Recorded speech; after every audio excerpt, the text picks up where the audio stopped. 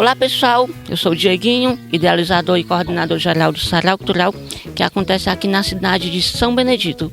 Hoje estamos com o Carlos Lima, do canal Coisas de São Benedito, e vamos fazer uma retrospectiva de todo o evento que nasceu no ano de 2023 e agora em 2025 iremos realizar a 5ª edição. Estou com o Paulo Roberto. Fica à vontade, Paulo.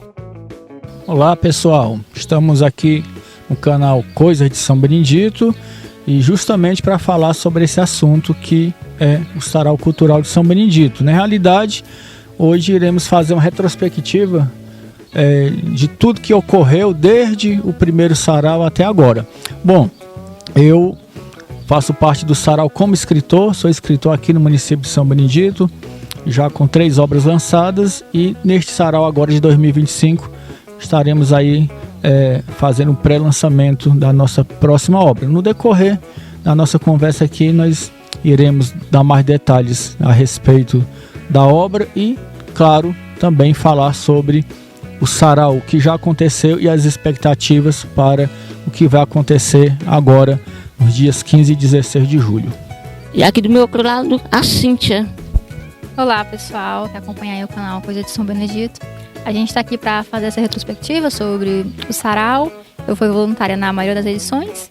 E agora a gente vai falar um pouco sobre a expectativa dessa próxima edição, como que surgiu também o sarau e como que é de fato participar, tendo em vista a minha visão de voluntária e também de apreciadora da arte do que o sarau expõe em si.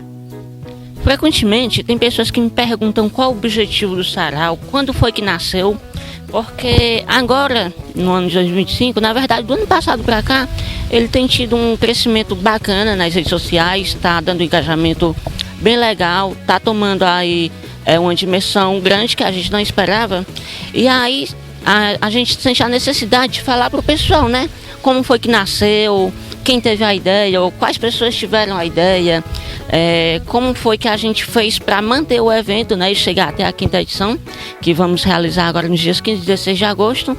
Então, vocês que estiveram aí, né, comigo e os outros escritores também na primeira edição, vocês se recordam bem como foi aquela experiência, né?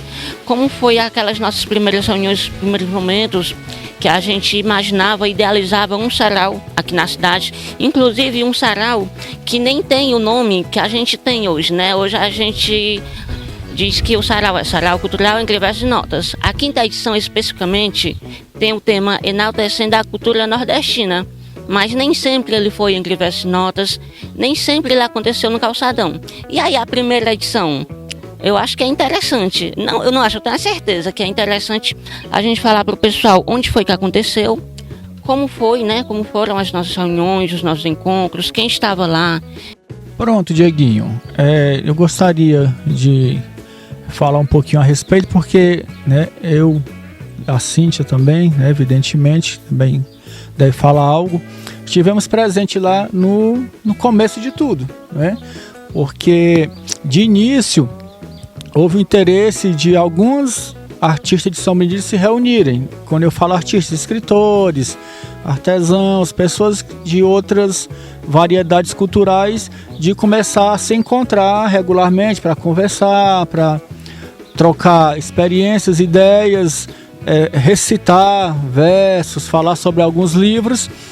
E nesses encontros, especificamente em um deles, surgiu a ideia de fazer um evento cultural para reunir essas pessoas e ter um momento entre artistas. E aí surgiu a ideia do sarau, tendo em vista, né, que o Dieguinho já tinha conhecimento de trabalhos desse tipo em outras cidades, até já participava, inclusive de forma online e também de forma presencial, e ao lançar a ideia foi aceita por todos como um desafio e superou as expectativas. O primeiro, apesar de ter sido feito no local fechado, mas superou as expectativas e trouxe esse entusiasmo, esse ânimo para que fizéssemos outros, e estamos chegando agora já na 5ª edição. E aí, enquanto você falava, eu lembrei aqui de quando eu conheci a Cíntia, né? Que foi até devido ao momento que a gente iria realizar em prol do nosso evento. E aí eu me perguntando aqui, eu não lembro como foi que a gente se conheceu. Foi... Você lembra? Pronto. Quando a gente resolveu se reunir, alguns amigos foram falando a respeito de outras pessoas, né? Por exemplo, inicialmente eu lembro que a minha conversa foi com o escritor Erivaldo, e aí também com o escritor e poeta, né, cordelista João Bilega, e alguém ventilou o seu nome, né, do Dieguinho, como alguém que trabalhava com a cultura e trabalhava também em saraus, né? E aí, não sei exatamente quem reuniu todos, mas assim, um foi avisando para um avisando para outro, e aí tivemos uma primeira reunião, e já acredito que já na segunda, se eu não me engano, que foi até na Casarte, já surgiu a ideia de fazer o sarau. Então assim, até para mim foi o momento que eu conheci, né? O momento que eu conheci o Dieguinho foi nesta ocasião, né? E trazendo novas ideias, trazendo a questão do sarau, bem como conhecendo outras pessoas também. E aí nasceu esse encontro de artistas aqui em São Benedito, que resultou e está resultando nesse maravilhoso trabalho cultural que é o sarau. Coisa interessante de se recordar e repassar também, né, o pessoal. E assim, eu lembro que foi um dia de sábado, eu estava na casa da minha irmã, com quem eu morava na época, e o meu irmão, o William, não sei se você deve lembrar, nessa primeira reunião que teve na Casarte, eu convidei o William, que ele inclusive é poeta também, né? Também faz alguns contos. Ele foi pra minha casa pra gente ir juntos pra Casarte, pra essa reunião. E aí a Cíntia tinha ido também. Na época eu ainda não tinha tido contato com a Cíntia, mas a Cíntia já tinha me mandado mensagem, né, no Instagram. Inclusive eu lembro que eu nem tinha respondido. Eu não sou, né, de deixar ninguém no vácuo, mas pela ocasião, eu acho que ela deve ter entendido, né, que eu tava meio triste, e ela foi mandar mensagem lá pra de alguma forma me animar, né? Me confortar, né? Porque eu tinha terminado um relacionamento recente. Inclusive é um ponto que me fez escrever várias poesias, né? E aí, nesse mesmo dia que a gente se conheceu, foi o dia que a gente foi pra primeira reunião da Casarte. E aí, recorda bem? Eu me recordo, sim, desse dia. E eu lembro que eu tinha te mandado mensagem pra tu usar o que tu tava acontecendo na tua vida naquele momento, expor aquilo de forma, no cordel, né? De forma de poesia. Aí foi quando ele não me respondeu. E aí eu tinha contato com o William, e o William me falou dessa reunião na Casarte. E aí ele falou, meu irmão vai. Aí ele tá na casa da minha irmã, vamos lá chamar ele, a gente vai junto. Aí a gente foi lá te chamar. Aí a gente foi lá te chamar, e aí eu falei, tô vindo aqui te chamar, mas tu não me respondeu lá no Instagram, viu? Porque eu já era fã de cordel na época, acompanhava, consumia durante a pandemia também. E aí eu lembro que eu sugeri isso pra ti, pra usar todo aquele sentimento que tava acontecendo a favor no cordel. Aí dali a gente foi pra reunião lá na Casarte, foi quando surgiu a ideia de fazer a primeira edição do sarau. Ainda não com o nome, né? Mas em um local fechado. E aí surgiu, de fato, como o Paulo falou, um desafio de fazer. E foi ali, de fato, naquela reunião que surgiu essa ideia. A gente não imaginava como é que ia ser, nem se iria dar certo, nem se como é que ia tomar essa proporção que tem hoje em dia. Mas foi ali, naquele encontro que de fato que a gente se conheceu. Eu reclamando porque tu não me respondia, mas a gente foi bem bacanas. Estamos aí até hoje, nessa amizade. Verdade.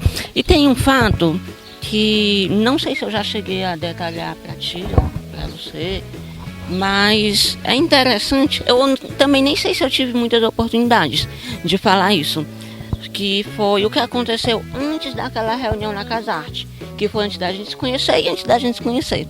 Foi no mesmo dia, né? Olha aí. O quê? Que foi? Que a gente se conheceu, que eu conheci você e que eu conheci você. Qual foi o fato? O fato? Sim, agora que eu vim tocar, coincidência, e aqui estamos novamente, né? E aí, o fato é o seguinte, antes daquela reunião que teve na Casarte, eu tive uma disciplina no ano anterior. A reunião foi em 2023, né? Foi em maio ou junho, uma coisa assim, abril, maio, uma coisa assim. E aí, no final de 2022, eu estava fazendo a disciplina de Teoria do Verso, do Instituto Federal, do curso de letras que eu faço. E aí, dentro da disciplina, eu tinha um projeto, que era de estudar na Serra da Ibiapaba quem eram os escritores vivos, né? Que tinham publicações, que eram ativos, que fossem acessíveis, que eu pudesse ter contato e documentar o que eles tinham de escritos, que vertente, né, levava, de quais cidades, né? Quais cidades tinham quais escritores, né? Poetas, cordelistas, romancistas, enfim. E foi nessa oportunidade que eu, perguntando aos amigos, né? Até porque, como você mencionou, na época eu já participava de saraus online e presenciais em outras cidades. E aí eu tive a oportunidade de conhecer o Inácio Alcântara, dar um abraço aqui para ele. Também o seu Bené Barros, que eu já conhecia como radialista, mas não sabia que escrevia. Foi aí que eu passei a ter contato com mais poetas e escritores. E aí eu, conversando com o Inácio, no dia que conheci, falei com ele sobre a possibilidade de fazer um sarau, porque ele escreve, a mãe dele também escreve, a dona Doquinha, uma pessoa excelente, a dona Doquinha. E comentei com ele, por que a gente não faz um e tal? Você conhece gente que escreve? Eu estou passando a conhecer mais agora, né? Conheci alguns e agora eu estou conhecendo mais, seria interessante. Só que a conversa meio que morreu, né? Não tivemos assim muitas articulações, mas o desejo era o mesmo. Tanto é que mais um pouco à frente, não sei se foi no ano seguinte, teve aquela oficina de cordel que funcionava na EC e tal.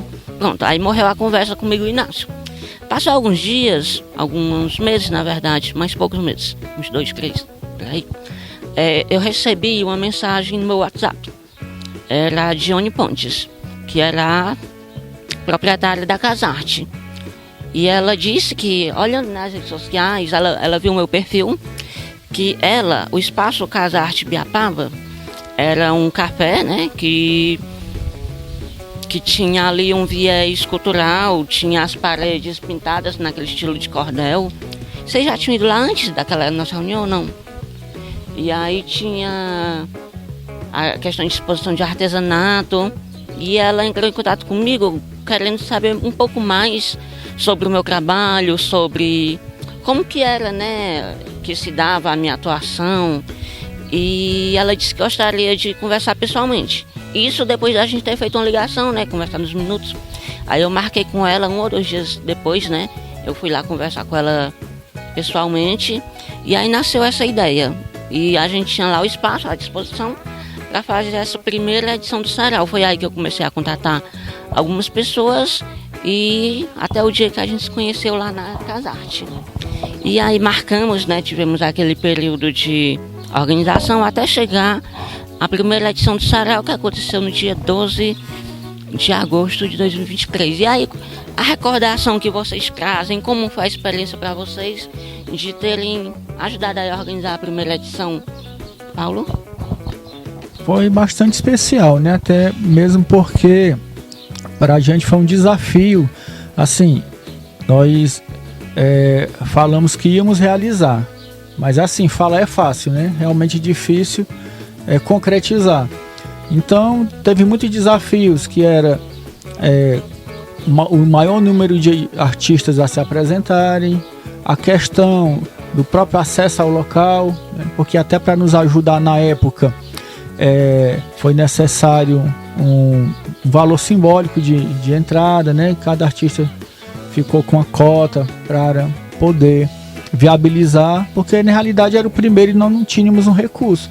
Mas assim, ao ver na hora lá, na parte da noite, aquela quantidade de artistas e de pessoas que acompanharam, né, como parentes, familiares de artistas, familiares de pessoas que iriam se apresentar ali, e a qualidade das apresentações, nós ficamos deslumbrados, né, e ao mesmo tempo satisfeitos por ter feito parte da organização, primeiramente da ideia, da organização e da realização desse primeiro momento. E tanto é que foi especial que estamos chegando à 5ª edição. Ou seja, se não tivesse sido algo realmente assim, que tivesse trazido um ganho para a cultura, ou que não tivesse sido além das expectativas, talvez tivesse parado naquele lá e não tivesse acontecido os demais, né, como agora já vai acontecer o 5º. E de um para o outro sempre foi aumentando a qualidade, a quantidade de participantes, né, que eu creio que você vai falar, né, que é que a gente vai ter aí nesse 5º, que acredito que vem superando todos os que já ocorreram. Com certeza. E você, Cíntia? Na primeira edição, eu lembro que eu fiz parte da organização, mas no dia em si eu não fui, por umas questões pessoais. Aí eu lembro da quantidade de participantes, que tinha que ser limitada devido a ser um espaço fechado, a gente tinha essa limitação. Também a questão tanto de expositores quanto de artistas teria que ser limitado, tendo em vista que além do espaço fechado, a gente tinha um tempo específico para começar e para terminar, já que o espaço não era assim para todo mundo, tinha acesso para poder ir e tal. E aí eu não tive como ir no dia. Eu participei de fato, foi da organização ali de maneira online, eu diria. Depois acompanhei por foto, por vídeo. Mas é muito bom saber que aquelas limitações não nos impediram, né, de continuar, né? E tá melhorando a cada edição. Como a gente tá vendo agora e vimos nas edições na segunda, na terceira, na quarta. E nessa que vamos adentrar agora.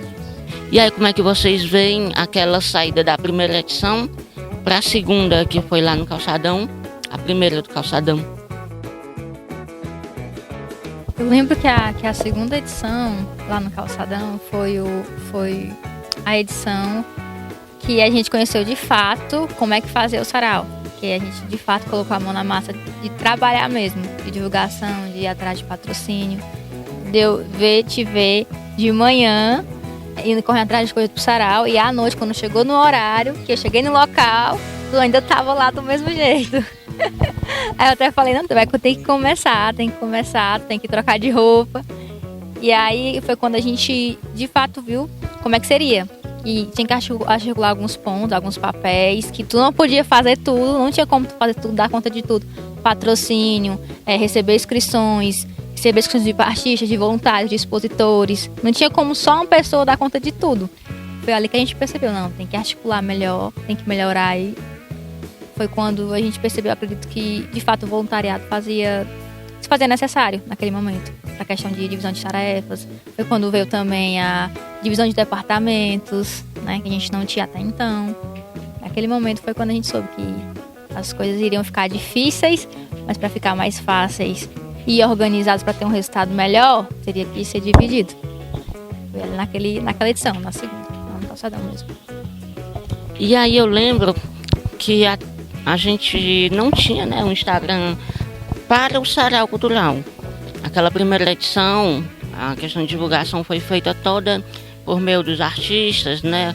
Os nossos colegas que já haviam confirmado presença lá, que iam lá prestigiar a gente, é quem ajudava, né, a divulgar, a repassar aos conhecidos, aos amigos, aos familiares, a fim de garantir o sucesso do evento. E aí na segunda edição foi que a gente decidiu fazer o Instagram do Sarau, né? Sarau.cultural_SB, esse é o Instagram. E a gente entendeu que, sendo um evento que veio para ficar, um evento permanente aqui na cidade, realmente tinha necessidade de se fazer uma rede social para a gente compartilhar tudo por lá.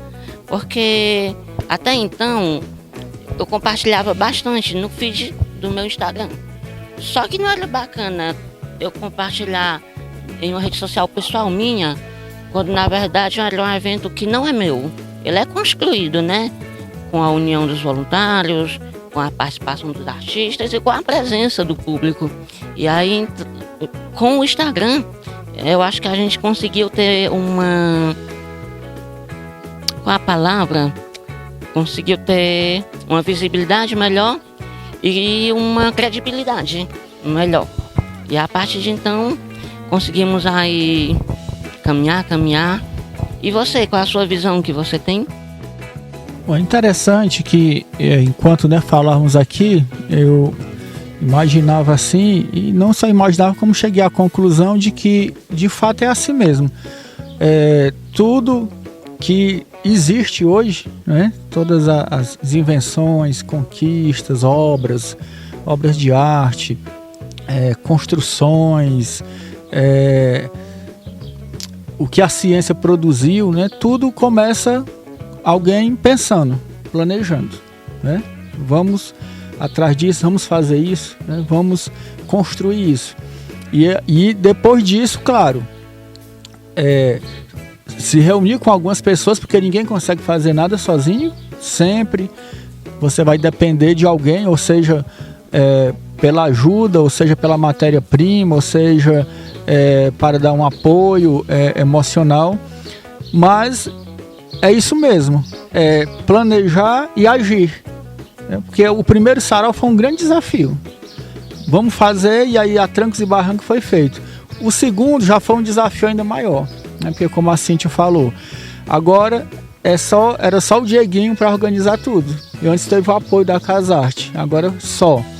E realmente eu vi o quanto que você se doou para o sarau a ponto de não ter nem tempo, nem para as suas coisas pessoais, né? A ponto até de chegar no estafa, né? Porque consumiu financeiramente também, consumiu tempo, consumiu tudo, né? E aí é onde a Cíntia... completamente tudo, né? Aí é onde a Cíntia realmente foi bem assertiva ao dizer, né? Ó, Dieguinho, você precisa de apoio. E interessante que a ideia do sarau, ela é tão fantástica que a partir dele nós temos hoje o quê?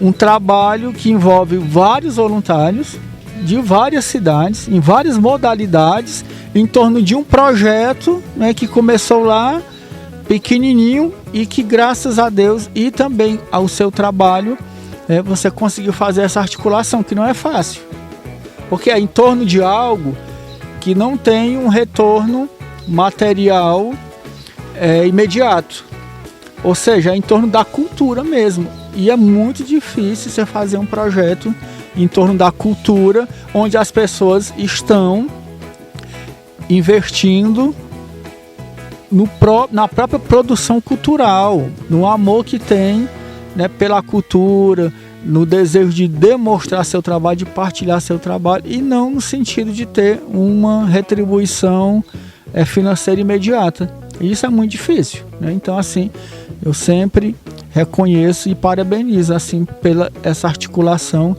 que você, né, tem feito e tem dado certo, né? E volto atrás, dizendo que fica o sarau como um exemplo de que tudo que a gente queira fazer, a gente planeja e tem que agir. E quando a gente começa a agir, o que a gente precisa para concretizar aquilo que a gente deseja, isso vai vindo ao encontro. Mas também, se apenas planejar e não agir, não vai acontecer. Mas quando você tem a coragem de colocar em prática aquilo que você deseja fazer, vai aparecer recursos, vai aparecer pessoas para ajudar, uma série de circunstâncias favoráveis vão somar. Então o segredo é isso, né?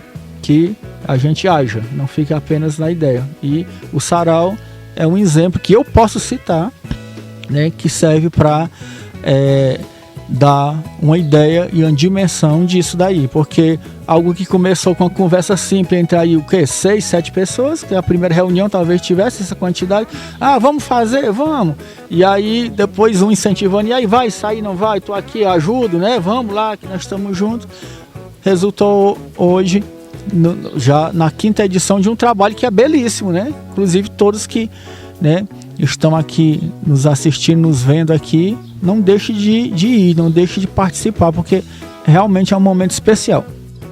Com certeza, é um evento de resistência, né? E na questão de empreendedorismo, dentro do evento temos o pessoal que trabalha com comida, né, com lanche, pessoal aí da gastronomia, que eu costumo dizer que é a área gastronômica do evento, que inclusive na disposição física lá no espaço, a gente busca mantê-los, né, sempre juntos, para ser uma área só de gastronomia, e temos os demais empreendedores, né, que de alguma forma vêm para somar ao evento, né, como é o pessoal que trabalha com aqueles figure, né, que aquelas, tem quadrinhos, tem os bonequinhos, tem os animes, né, dos animes, todos aqueles acessórios, né, e é um atrativo para o evento. Tem a questão de parcerias que a gente busca, questão de patrocínio, que é difícil, não é fácil. Quem vê no dia que está acontecendo o evento, que houve a locução, que vê X patrocinadores, imagina, olha como ele conseguiu um apoio bom, mas quando a gente vai analisar a questão de gastos que a gente tem e o que a gente consegue de bruto não é uma coisa que realmente é suficiente, para ser sincero, mas é uma coisa necessária. Embora não seja o suficiente para tudo aquilo que a gente quer para o evento, mas ajuda bastante. Até porque é um evento que nasceu com quase nada, né, financeiramente.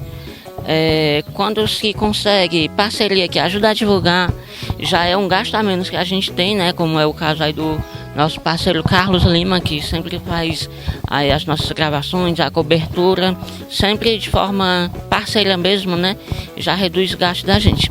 E aí, seguindo adiante, fizemos aí a nossa terceira edição, que diferente daquela segunda que a gente fez. E que visão você tem aí daquela terceira edição? Eu acho que foi bem mais trabalhosa que a segunda, né? Mas foi bacana.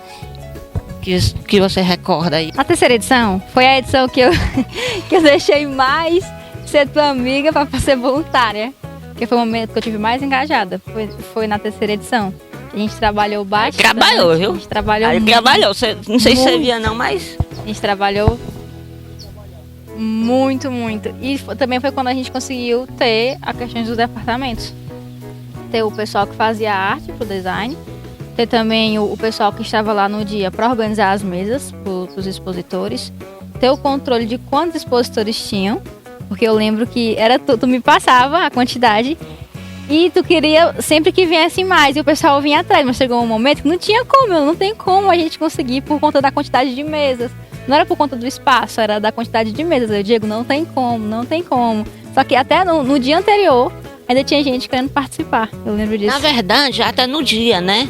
Teve gente que chegou e disse, olha, eu queria participar, não me inscrevi, mas tem espaço para mim não, eu tenho as mesas. Teve um que disse isso, tá aqui as mesas. Aí a gente cedeu, né? Quando a gente falava que não tinha mais mesas disponíveis, ele falava que tinha as mesas, né? E o pessoal ia, de fato, colocava a sua mesa. E acredito que na terceira edição foi quando a gente soube, pegou na prática, que tem tanto a preparação do evento, planejamento, organização, mas também tem o pós-evento. Todos os conteúdos, as mídias que a gente obteve no evento, para querer postar. Embora a gente já estivesse cansado da organização, do dia em si, ainda tinha um pós-evento. Ainda tinha um pós-evento que também é trabalhoso, é desgastante. Mas foi a edição também que eu mais me diverti. Já nessa terceira edição, por conta do palco, né, que teve, e a quantidade de pessoas, aí teve o imprevisto da chuva também, mas assim, nada disso tirou o brilho do sarau, pelo contrário, né, ainda incrementou ainda mais, porque a gente ver pessoas ali fazendo arte mesmo com o tempo adverso, não só os artistas, mas as pessoas que estavam ali para assistir, mantendo-se ali e dando apoio, a gente percebeu o quanto o evento estava sendo bem aceito, né, pela comunidade de uma forma geral. E aí, Paulo, eu lembro que foi na terceira edição que você levou o seu livro, que referencia aqui os indígenas aqui em São Benedito. Você pode contar, as margens do Arabê, você pode contar aí um pouco a sua experiência da terceira edição, né, de ter levado o livro, e contar também um pouco sobre a história que ele nos traz. Pronto, essa terceira edição foi um momento especial, porque eu havia conseguido publicar, né, As Margens do Arabê, o Ouro de São Benedito, inclusive com apoio da lei Paulo Gustavo, né, que a gente inclusive aproveita aqui a oportunidade para falar desse incentivo, né, que essas leis estão dando aos artistas, né, a Paulo Gustavo anteriormente, agora ao Aldir Blanc, né. É importante porque o produtor cultural, ele principalmente, né, um produtor que não é reconhecido nacionalmente, ele não tem ganhos, né, ele tem gastos, né. Então todo incentivo é bem-vindo.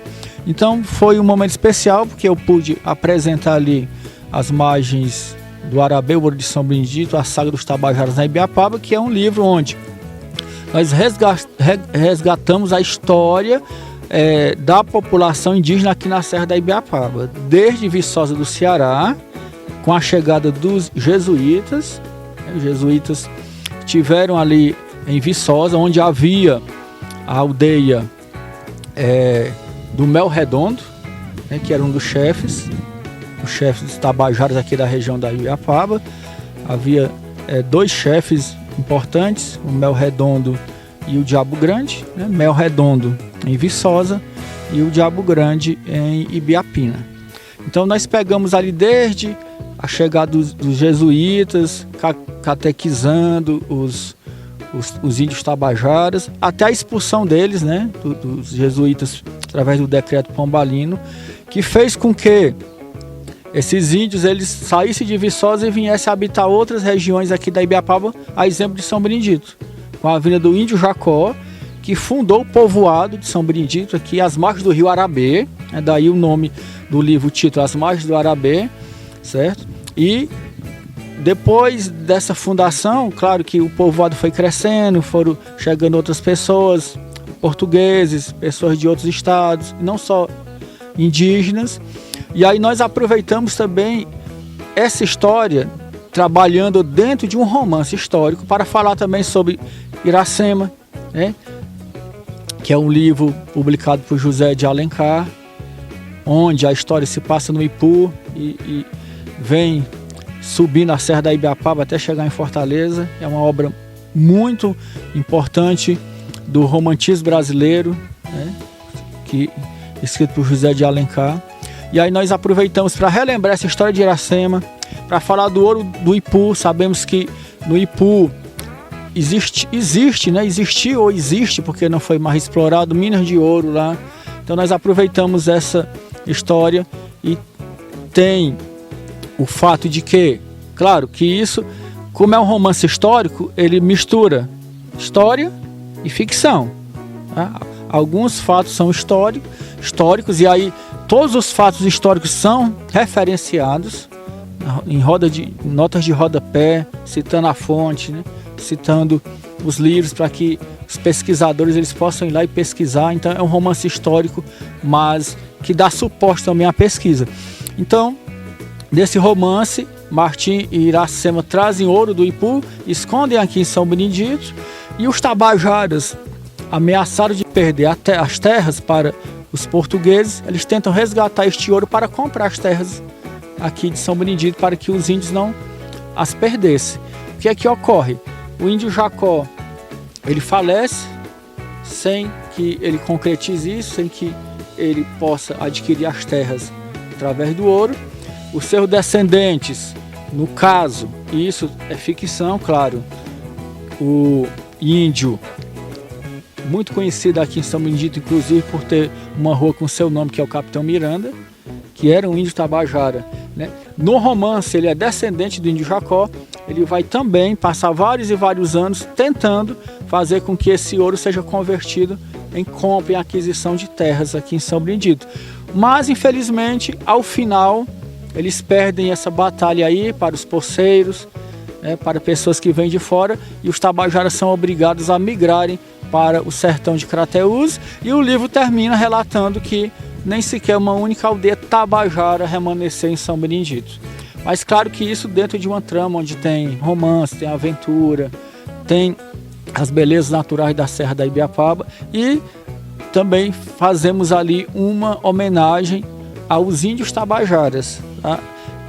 No original, Los Índios Tabajaras, que eram 2 índios tabajaras naturais de Ubajara, que se tornaram grandes músicos, inclusive a ponto de irem se apresentar nos Estados Unidos e na Europa, né, tocando música clássica, através de violões e violas, né, músicas clássicas, e se tornaram assim mundialmente conhecidos. E são índios tabajaras. Então, no romance, nós colocamos esses 2 irmãos lá, tabajaras, cujos nomes eram Erudi e Mussaperê, o terceiro e o quarto filho, né, da família, e colocamos eles como personagens ali dentro do romance. Então nós aproveitamos para resgatar toda a história e também fazer uma crítica social, Dieguinho. Porque toda a trama ela tem como espinha dorsal a questão da terra. Por que os tabajaras vieram de Viçosa para São Benedito? Porque eles não prosperaram em São Benedito? Porque ao final da década de 1880, 90, os tabajaras aqui praticamente haviam se acabado, né? Tudo isso tem a ver com a questão da terra. Maravilha. Já conhecia esse livro do Paulo? Ah, porque eu lembro que ele expôs lá nessa terceira edição. Muito bom, viu? E assim, e quando você falava e fez aí essa ligação com Iracema, eu lembrei do livro do Carlos, professor Carlos Vasconcelos, que é de Tianguá, e aí a gente pode analisar essa riqueza que a gente tem, né? Iniciando aí com a Iracema, que de Ipu, né, do escritor José de Alencar, aí o seu As Margens do Arabê, e o Carlos Vasconcelos, que tem o livro Terra Talhada, que também tem uma conexão muito forte com o livro do Paulo, né, As Margens do Arabê, e o Iracema. Os três retratam aí, cada um a seu modo, uma visão atemporal aqui das nossas terras, da terra talhada, né? Exatamente. Pela visão do Carlos, Isso. a nossa Ibiapaba, né? Inclusive, através de você, né, que fez essa conexão, eu e o Carlos nós trocamos livros, né? Eu repassei para ele As Margens do Arabê, ele me repassou a Terra Talhada, que eu achei assim fenomenal, viu? Então, assim, há escritores aqui que se dedicam a falar sobre a Ibiapaba e nós temos que valorizar isso, né? Com certeza. E Eu acho que isso foi um dos pontos que o Sarau ajudou bastante, porque o pessoal daqui, expondo aqui, para o público daqui ver que a gente tem esse tipo de artista que escreve, que tem livro, sabe? Isso foi um ponto que o Sarau ajudou a divulgar. Eu acho bastante interessante, porque tem gente que não sabe, que a gente não tem essa riqueza aqui, a gente tem, sim. E se não fosse o Sarau, continuaria no anonimato, né? Esses autores. Eu dou muito valor àquilo que é daqui. Nós que somos daqui, escrevemos daqui, eu acho que traz até mais verdade, né? A gente está escrevendo, está falando daquilo que a gente sabe, daquilo que a gente conhece.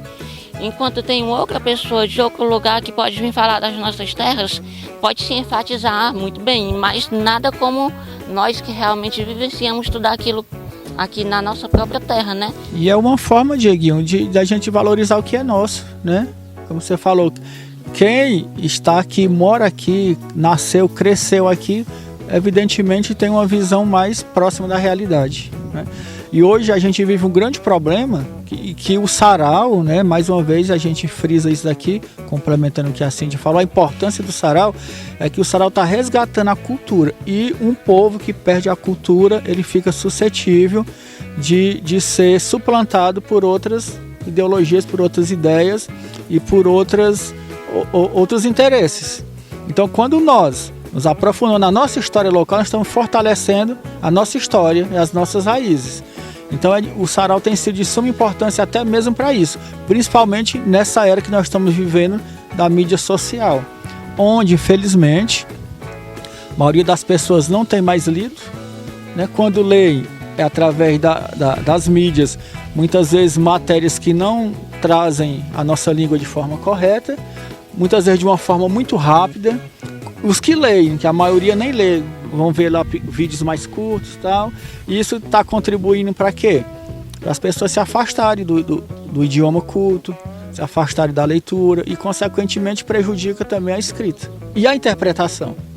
Então, o Sarau ele tem que ser visto como um baluarte da cultura. Ele está funcionando como um resgatador da cultura aqui, do incentivo à leitura, do incentivo à escrita. Então, assim, tem que ser deveras valorizado. Inclusive, eu defendo a ideia de que o Sarau Cultural ele faça parte do mapa cultural de São Benedito e, quiçá, do estado do Ceará. E eu acho que ele está caminhando para isso. Com certeza, viu? E agora estamos caminhando para a quinta edição do evento, né? Será nos dias 15 e 16 de agosto, uma sexta e um sábado. Teremos aí algumas novidades, como o Tiago, que eu já mencionei. E temos o poeta Lucarocas, que vem da cidade de Fortaleza. Ele é poeta, declamador, escritor, roteirista, oficineiro e várias outras coisas. E ele vai estar aqui em São Benedito ministrando uma oficina no dia 16 de agosto. Uma oficina que tem o objetivo de falar um pouco e ensinar um pouco sobre fazer cordel. Uma coisa que ele tem bastante experiência. Tem aí mais de 300 folhetos de cordel publicados. Uma coisa que eu estava falando aí em relação a teatro que eu lembro é que o Renato, enquanto tava performando, né? Enfim, quando ele estava fazendo sua representação lá artística, ele declamou uma poesia que era tua. Uhum. E que até então, no momento, tu não sabia que era tua. Não porque ele sabia. fazia uma coisa, fazia outra, e tu não se tocou que era tua, a poesia. Aí depois de um tempo, tu viu, eu tô reconhecendo de algum local essa poesia. Aí depois tu se tocou que era tua, foi quando tu foi lá no microfone e falou, agradeceu e tudo mais, porque de fato ele fez de tudo lá com a tua poesia. Declamou ela de uma forma que repassou o sentimento que tu trouxe nela, o motivo do porquê da poesia. Aí foi muito bacana. Aí é onde entra essa questão de diversas artes. E ainda um ponto positivo e a mais é diversas artes com pessoas de várias idades. Porque a gente tem lá os artistas que vão se apresentar, os cantores. A gente tem algumas crianças que já cantaram lá. A gente tem a Dona Bloquinha declamando também. Aí a gente vê, né, que são várias idades, várias faixas etárias. E tem arte no meio. Ela conversa, assim, com várias faixas etárias. É outro ponto que o Sarau trouxe, expôs, assim, pra gente. Eu acho bem bacana essa parte também. Verdade, a gente não restringe, né? Muito pelo contrário, a gente incentiva que todos participem, né? Independente de idade, gênero, orientação sexual, classe, né? Se é rico, pobre, enfim. A gente busca e dar oportunidade a todos. Tanto é que eu não limito as inscrições por número, né? Chegou tantos inscritos, fechou. Não, eu limito as inscrições por data, até tal data. O que a gente tiver de inscrito até lá, a gente vai apresentar e vai dar certo. E nessa última edição temos aí um recorde de mais de 50 participantes, artistas, né? Nos 2 dias temos aí muita comida, teremos gastronomia, artesanato. Vale a pena vocês conferirem, né? Acessarem as nossas redes sociais, conferir lá o que a gente promete trazer para vocês. Com certeza será uma edição histórica, aí com o apoio aí, a parceria da Prefeitura Municipal de São Benedito, por meio da Secretaria de Cultura. Agradeço aí ao nosso prefeito, Saulo Maciel, o Fernando Reutemann. E com essa parceria que a gente tem, só tem a agregar ao evento. E se a gente fosse seguir de forma independente, seria complicado, talvez inviável, porque um evento independente, para ele manter, ele precisa de patrocínio ou de parceria. E quando se trata de cultura, é algo que realmente é um pouco mais difícil. Mas graças a Deus a gente tem esses parceiros e a prefeitura aí a nosso favor. É isso daí, Dieguinho. Então, queremos agradecer mais uma vez ao canal Coisas de São Benedito, ao nosso amigo Carlos Lima, e todos estão mais do que convidados para estarem conosco aí nos dias 15 e 16 de agosto, na 5ª edição do Sarau Cultural. A gente agradece aí ao Carlos Lima, e na 5ª edição, que promete bastante, né, Diego?